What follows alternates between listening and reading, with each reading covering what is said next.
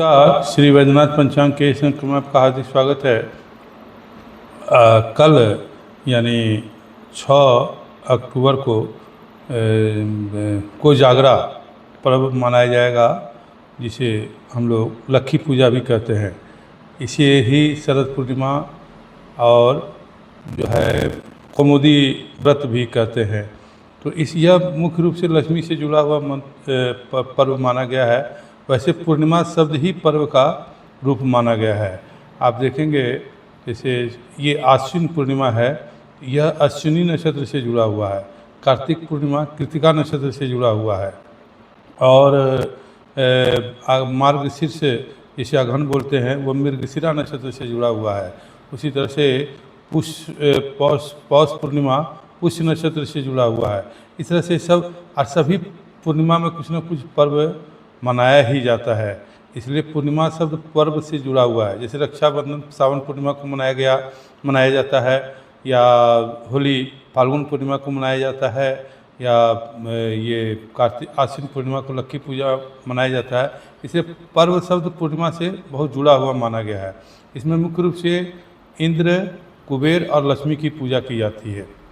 लक्ष्मी की पूजा, चूँकि यह लक्खी पूजा बहुत ही प्रचलित है और इस दिन रात्रि जागरण का महत्व भी बतलाया गया है।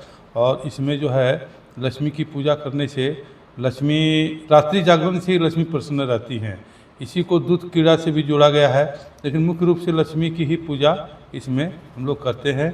और कौमुदी और शरद पूर्णिमा लेके अमृत वर्षन से भी जुड़ा गया है।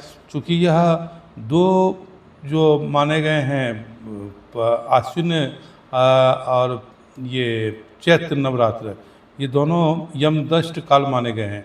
इसलिए रोग आदि का प्रभाव रहता है। तो अमृत जो है रूपी हम लोग पान करते हैं तो हम लोग निरोग रहते हैं। ये इसीलिए श्रद्धा सतम जीवेम श्रद्धा जो कहा गया है वह शरद पूर्णिमा के लिए ही कहा गया है। तो शरद पूर्णिमा में महालक्ष्मी की पूजा करें और महालक्ष्मी को प्रणाम करें, कुबेर को प्रणाम करें और इंद्र को प्रणाम करें। महालक्ष्मी को जागरा का लक्ष्मी प्रणाम मंत्र जो है, विश्वरूपस्य भार्यासि पद्मे पद्मासने शुभे और सर्वतः पाही माम देवी महालक्ष्मी नमोस्तुते। इस तरह का श्लोक है। अगर इसको पूजा करके महालक्ष्मी के सामने में सब पूजन सामग्री रख के प्रणाम करते हैं तो हम लोगों को जरूर महालक्ष्मी का आशीर्वाद मिलता है और हम लोग की पूजा सफल होती है और अमृत वर्षन भी होता है।